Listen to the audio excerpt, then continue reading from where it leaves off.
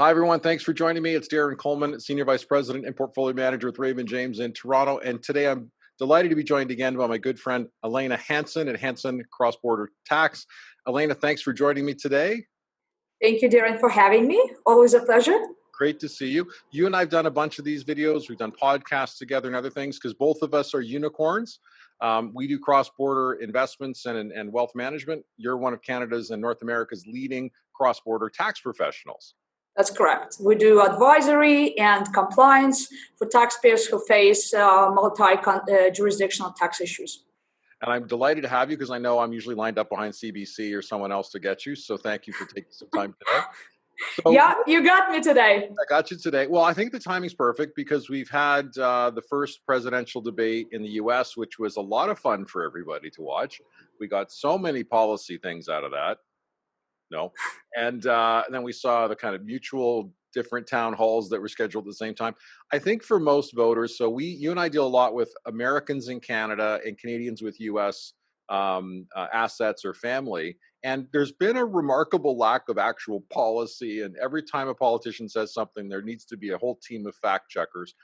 And you and I were chatting recently, and I know because you're so good at this, you've spent a lot of time looking deeply at the tax proposals of both candidates. So what I wanted to do today was kind of tap into your expertise of what you're reading and what it would really mean to Americans in Canada and Canadians with U.S. assets. So why don't we just start with maybe giving us a kind of a high level overview of kind of what you've seen from each candidate, and just give me a summary of kind of what the key things are from Biden and the key things are from Trump, please. Right. Well, thank you, Darren, for easing into the discussion. And it's certainly a remarkable time. We are now 18 days away from the election, and as always, similar to last election, we actually cannot really project the result because we may have a last-minute surprise. So, from the tax policy perspective, the candidates are very different because we see Trump with very few, issues addressed in his proposal, and Biden's policy is extremely vast. So the reason for this inequality, in depth and quantity, is because the Trump kind of covered his vision of where the taxes should be in his first term by issuing the act, which is called TCJA, or Tax Cuts and Jobs Act of 2017. And that was a remarkable piece of legislation because that was the largest tax reform we've seen since 1986. And it covered all parts of the tax code. We're talking about it had dramatic changes on corporate and international side, and it had changes on the personal side, although a lot of personal changes, they're subject to sunset. So the rules would revert back to pre-2018 after 2025. So again, he came out, he enacted that the act at the end of 17, and we still did not get guidance on all the provisions yet. So we're still working. We're gradually getting to understand the law. So Trump's platform is basically let me finish what I think I started the first time. I'm not done my homework yet. Let me see if I can actually. Right. So right now he has, three subjects who he wanted to address in his second term, and they're kind of they're more catering to the wealthy type of taxpayers. So, they're minor, let's put it this way. They're minor in terms of whom they're going to impact, or how are they going to impact the budget. Okay, so versus for Biden, it's now a playground. If he's elected, uh, then good luck to tax practitioners and taxpayers, because we're gonna be redoing a lot of planning and re-getting used to higher taxes. Mhm. We will see a jump in the corporate tax from 21 to 28%. We're gonna see higher tax rates imposed on wealthy folks who make 400,000, and that's gonna impact the tax brackets.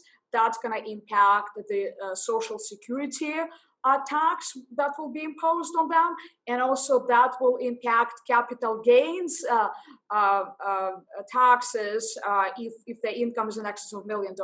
So they're basically going to lose the preferential 20% tax rate on capital gains and qualified dividends, I would think. So it's going to be very interesting, and also, estate tax will see changes. But for our clients, I think we will be all negatively impacted from the guilty tax perspective, Do you want because to just explain what the guilty tax was? Because that came in with Trump, and I think it's certainly impacted a lot of people significantly. But a lot of folks aren't aware of just what that provision did. And it was, I know for the practitioners, this was a remarkably complicated and challenging thing to do and explain to your clients. So you just want to take a second to explain what the guilty tax is? yeah. So what guilty tax is, it's basically a minimum tax which is imposed on multinationals who operate in foreign countries, um, to prevent or to discourage profit shifting. Okay, Right. so basically, for as long as those multinationals paying in the host country, operating country, I should say, at least 13.1 to 5%, there shouldn't be any guilty tax on their active earnings, right? So right now, for instance, in Canada, if we have Americans who reside here and run businesses, and let's say in Ontario they claim small business deduction, which brings their tax rates to 12.5%. They're actually subject to a little bit of guilty tax, right? Because it's that below that minimum tax. Right. So we did a lot of thinking and planning, and kind of to bring our clients into that above that minimum tax. But what Biden is proposing now is to increase the guilty tax rate to 21%. Right. Wow. So that means that whatever planning has been done over the past 2 years now would have to be revisited. And again, my heart goes to small business owners, because after the transition tax, Section 965 tax, which they experienced, back in 18, which was also referenced as confiscation Hmm. of their lifetime savings, corporate savings. Now, they're potentially going to be subject to annual guilty tax. It's going to be very interesting to see. I mean, maybe the Congress will finally recognize the burden on small business owners and does something to simplify the rules. So we shall see. Time will show. Yeah, I'm not optimistic. I mean, when they brought the guilty tax, saw all that tax money get repatriated back to the United States. That was Trump's strategy, was to get that money that was locked up in those lower tax jurisdictions and say, if you're going to leave it there, you're going to pay more tax, so bring it back to the United States. But it caught a lot of Canadian business owners that were American tax filers that said, hang on a second, I'm operating a business in Canada. I'm not trying to avoid anything. And I know from when they implemented that, and this is something I think we're a bit worried about with any changes, because I remember when they implemented that, you guys as practitioners didn't even have all the rules to know what to file, and the taxes were already due. No, So it no. was And just in absolute fact, chaos. until the summer, we've been getting the guidance. Like Wow. so basically it took 3 years, for the rule makers to come up and provide the slate, how the rule should be applied, how the law should be applied. So meanwhile, we were doing annual tax returns. So the question is now, like, okay, who is guilty Yeah, that's because right. of Who's guilty of the guilty, guilty tax? right? Taxpayers or tax practitioners, right? So it's So it's you've it's a got hard place to be. So just to summarize, we got Trump is just kind of it's finishing off what he started and trying to figure Mhm. that out. But Biden's got a whole new slate of new rules, almost all of which will see taxes go up. So things like guilty tax for No, Americans. not necessarily. Not Okay. necessarily. So his reform is focused more on businesses and high earners, right? Okay. So individuals. So with respect to middle class or lower income folks, there's actually some credits which will make their life slightly better. Okay, that's good to know. Now, Mhm. but one of the other elements of this is the estate tax. So, unlike Canada, Americans have an estate tax. We just have a deemed disposition at death, as if you sold everything the day before you died.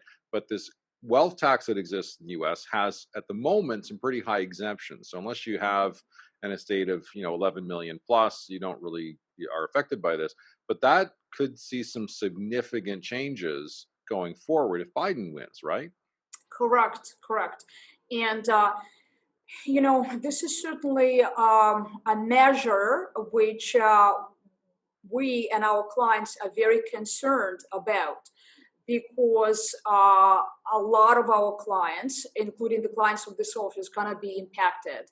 So we're trying to foresee how we can potentially avoid and do planning today, as opposed to wait until 2022 when that tax, if enacted, will come into place. So what we currently have, as you noted, under domestic law, we have a lifetime exemption of 11.58 million per each spouse. So in essence, you can pass on wealth to the next generation, on a tax-free basis, and also defer the capital gain tax, right? Right. Because there's no deemed disposition rules in the states. Right. So what the Biden team is proposing is to drop the exemption to 5 million and introduce the step up in basis. Now, do you want to just explain that? I think that's very important that people understand, and also how that's different than Canada. So, for cross border estates, this gets wildly complicated about how the basis, which is basically the cost base of the asset, changes when someone passes and the beneficiary receives it, Well, right? deemed disposition, as you said, that's Right. that's what crystallizes the basis, right? Right. So in Canada, when one passes, all the assets are deemed as if sold on the day of death, and then the heir gets the that asset equal to market value on the day Right. of death, and carries on and pays capital gain tax when sell on the difference. Right. So grandma had a share of Bell Canada. For her, it was $25 a share. When she died, it was $100 a share. Her estate pays the taxes on that growth. The grandkid gets the Bell Canada share at $100. They don't get it at 25. So they get a fresh starting point at the current market value. Right. So Right. it's not a bad policy from the economic perspective, because the money goes into the budget on a timely basis, Right. as opposed to being pushed forward, from a generation to a generation. Right. Right. So because of that loophole under U.S. law, it discourages taxpayers to recognize they dispose assets, right? Hmm. Because so to avoid the taxation immediately. So right now, U.S. has that taxation avoidance, versus the Biden team proposing to do something very similar to Canada. We just don't know. We just don't know thresholds at this point. Right. Okay. So that's now here's, I guess, the bigger picture is we saw right after the first debate the number of people Googling move to Canada. went up. That was like the top trending thing on Google as people were like, let me get out of here. Did Google crash? Did Google crash? Google didn't crash. I don't think Google can crash. If Google crashes, I don't know what to do because I can't Google what to do. But if we did see this desire to move to Canada, not that people understood will we even let them in, but along with this, our clients that have exposure to both tax systems, they have to kind of monitor what might happen in the U.S., but what might happen on the Canadian side. So we're thinking that, okay, if the tax rates get a bit excessive from someone's perspective in the United States, does Canada start to look more attractive? Or does that give our government license to maybe bump our taxes up even more competitively? So what do you think about how those two things interplay? Well, you just put down a heavy, multifaceted question, Darren. That's what I do. That's what I do. Okay, so first off, when Americans moving up to Canada, what is going to happen is that, they're going to be facing Canadian, confiscation tax system, right? Because well, first they got to leave we're the not US, a tax right? haven. So first they got to leave the U.S. and then they got to kind of have that last. Well, tax they don't leave the U.S. Remember, as U.S. citizens, they're always U.S. taxpayers, right? That's right. So but if they wanted to renounce or something like that, that's what I'm getting. Right. So they before renouncement, they need to become Canadians first, right? So you cannot be stateless person. So you move into Canada now. You're paying, very, very heavy tax, and you're also subject to U.S. tax system. And from what may happen here in Canada domestically, I totally agree with you. I mean, that's going to give a license to the Trudeau administration to raise tax, because I mean, if they wouldn't drop tax when the U.S. reduced their taxes, now when U.S. Potentially hikes up their tax, it would be just a great excuse for Canadian government to raise its taxes further. So, it's amazing, a trap, and I really don't know where we can all be safe. I don't know, but I'm reminded from that line from the play Hamilton, where I'll kill your friends and family to remind you of my love. Like, I think they're going to go, well, we'll just keep raising taxes because we love you as Canadians. And there is no really any escape, right?